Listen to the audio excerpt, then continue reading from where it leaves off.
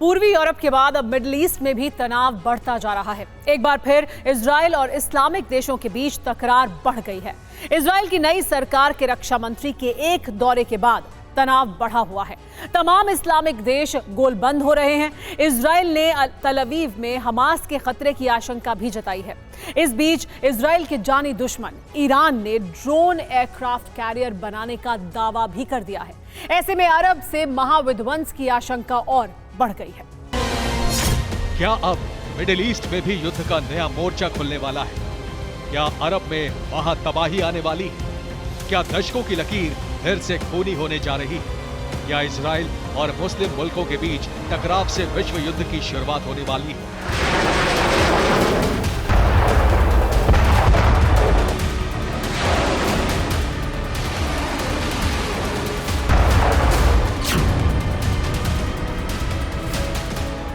घनघोर आशंकाओं में लिपटे इन बारूदी सवालों की जड़ में खड़ी है ये अल अक्सा मस्जिद, जो यरूशलेम में, जो मक्का और मदीना के बाद दुनिया के मुसलमानों के लिए तीसरा सबसे पवित्र स्थल है, जो इजराइल और फिलिस्तीन की तकरार के बीच में खड़ा है।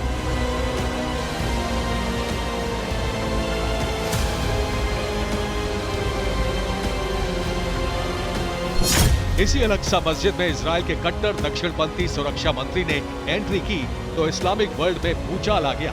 इतामार बेन गाविर के दौरे पर कैसे तूफान उठा हुआ है ये आपको बताएंगे, मगर उससे पहले जान लीजिए कि इजरायली मंत्री ने 3 दिसंबर को अल अक्सा मस्जिद का दौरा किया।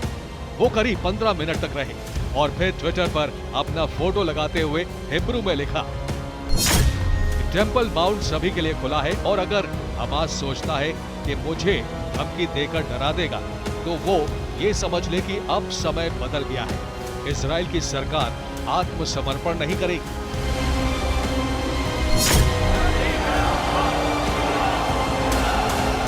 ये बयान आते आते फिलिस्तीन में तूफान खड़ा हो गया।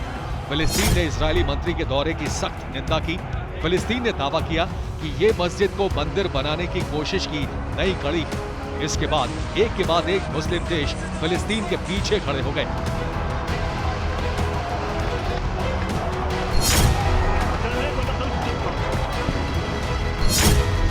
संयुक्त अरब अमीरात ने कहा है कि इससे यरूशलेम क्षेत्र में तनाव और अस्थिरता बढ़ेगी। जॉर्डन ने कहा कि ये अंतर्राष्ट्रीय कानून और यरूशलेम में मौजूद ऐतिहासिक यथास्थिति का उल्लंघन है। तुर्की ने कहा कि वो इतामार बेन गवीर की भड़काऊ यात्रा से चिंतित है और हम इसकी कड़ी निंदा करते हैं। सऊदी अरब ने कहा कि हम फिलिस्तीन के लोगों के साथ खड़े हैं।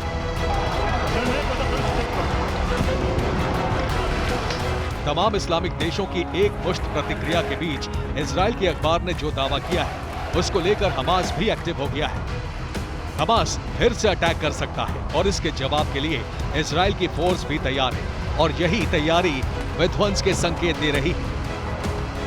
अब जरा समझिए कि अल अक्सा मस्जिद में इजरायली मंत्री की एंट्री भर से विवादों का बवंडर क्यों खड़ा हुआ। 1967 में इजराइल के गाजा पट्टी, वेस्ट बैंक और यरूशलेम पर कब्जे के बाद ये विवाद और बढ़ गया।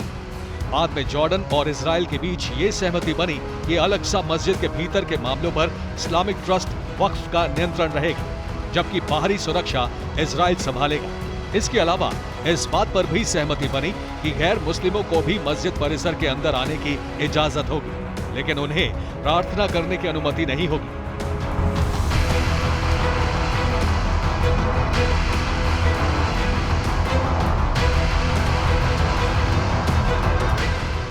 इसके बावजूद यहूदियों ने पिछले कुछ समय में मस्जिद में घुसकर प्रार्थना करने की कोशिश की, जिससे तनाव की स्थिति बन गई। कई बार हिंसक झड़प भी हुई, लेकिन इस बार मंत्री गए तो विवाद ने वैश्विक आकार ले लिया।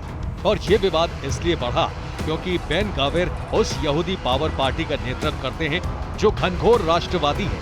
नेतन्याहू की अगुवाई में जब से दक्षिणपंथी पार्टियों की सरकार बनी है, तब से ही मिडिल ईस्ट में तनाव की आशंका बढ़ी है। अब इस मंत्री के मस्जिद का दौरा और इसके बाद की तीखी प्रतिक्रिया ने अरब में युद्ध के नए मोर्चे के डर को बढ़ा दिया है। Bureau report, TV9 Bharatvarsh.